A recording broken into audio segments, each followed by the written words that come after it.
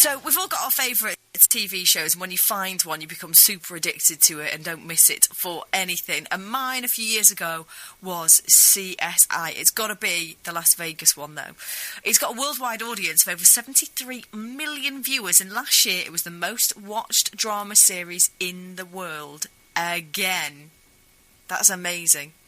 Most watched drama series in the world. Paul Guilfoyle's played Detective Jim Brass in almost every episode, and he's only one of two actors to have been part of the main cast for every episode of the show. The other one is the guy that plays Nick Stokes. Now, I spoke to Paul earlier on, and I asked him if he'd ever anticipated the level of success that the show has received. Well, no one can expect this level of success, Amy. I mean, I do always expect success. I will not expect it. I anticipate it even. I really think that if I believe, I'm optimistic. I think if everyone works hard, does their job, and we don't, and I can tell when we're kind of on the right track. Yeah.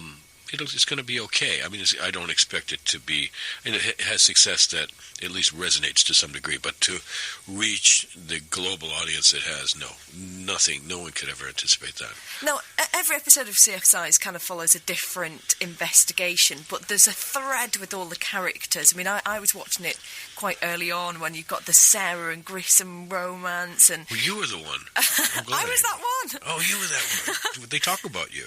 And obviously, Jim's relationship with his daughter and Catherine's with her dad. Is that what people enjoy about the show, the fact that you give the audience something to invest in with the characters?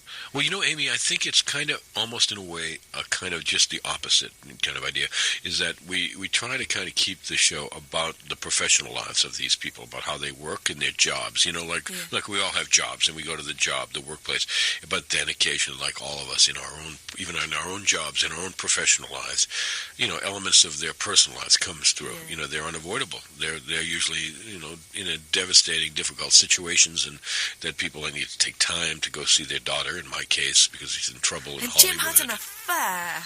Yeah. Oh, yeah, I hope, yeah, of course. And he has... there are people from his past that come, and those are kind of intriguing moments because you get to build off them and you get to develop them and then stay consistent with them all the other time. And I think it gives the audience a chance of when they see them in their job, they know some of their human kind of frailties. Yeah. They know some of their pain, and in that way, you can add a good quality. It helps with the acting of the regular day-to-day. Yeah. And when I first saw CSI, I remember being absolutely blown away by the techniques involved. If somebody gets shot, you then see this sequence of how the bullet would have gone in. And right. It was something quite new, wasn't it, at the time? Well, it was done in the movie Three Kings. I mean, I think that the writer and creators of the show, they made a really good salad bar. Off an existing salad bar, they made a really beautiful salad. Kurosawa did the idea of flashbacks, and things change according to flashbacks. That was a great thing to take. And the great take was the macro photography of Three Kings, directed by David Russell. I mean, that was a fantastic filmic idea to take, enter into the body. So it was beautifully done. I mean, they were existing, but it was just rightly placed, and those filmic qualities give it a kind of almost an artistry. It's beautifully shot. Yeah. Now, you've played your character for a fair while. You've been the character that's been in the most episodes. Do you ever find that you start to become like Jim, or there's similarities? Have you put any of your character, your personal character, into him? Of course, I've invested. I've invested, as every actor does, in every role. Yeah. In every role. I mean, there's no actor would tell you any different, that they don't have some investment that's authentic, that comes from somewhere that they have witnessed or been around or experienced, really. But Jim Brass, not really do I take any of it home, or it's not that kind of a part. It's really you're not going to suddenly jump in and try and solve a crime that you see happening. Doing charity work in the Middle East, and if there's a crime, I wouldn't even know it was happening. No, I'd be in the back of a car. This is what I was going to ask as well. Do you pick up things from, because you must sort of have to... Well, I'll tell you a funny story. My daughter and I were in Washington. I think it's funny, but I mean, my daughter and I were in Washington, D.C., and I was taking her, and my wife was studying at University of Wisconsin, getting a master's degree. So she and I, my daughter and I, 12 years old, down in Washington, seeing the sights and, going to see the Declaration of Independence and the painting of the White House and all that. And so I said, no, just briefly, I said, Snow, honey, I said, have you taken a shower this morning? And she said she was watching some television show. She just said, yeah. And then I came out of the bathroom and I said, honey, I work on CSI, right? So I checked the evidence of, there's no water in there. And you're not going to be letting your kids get away with anything. Yeah, no.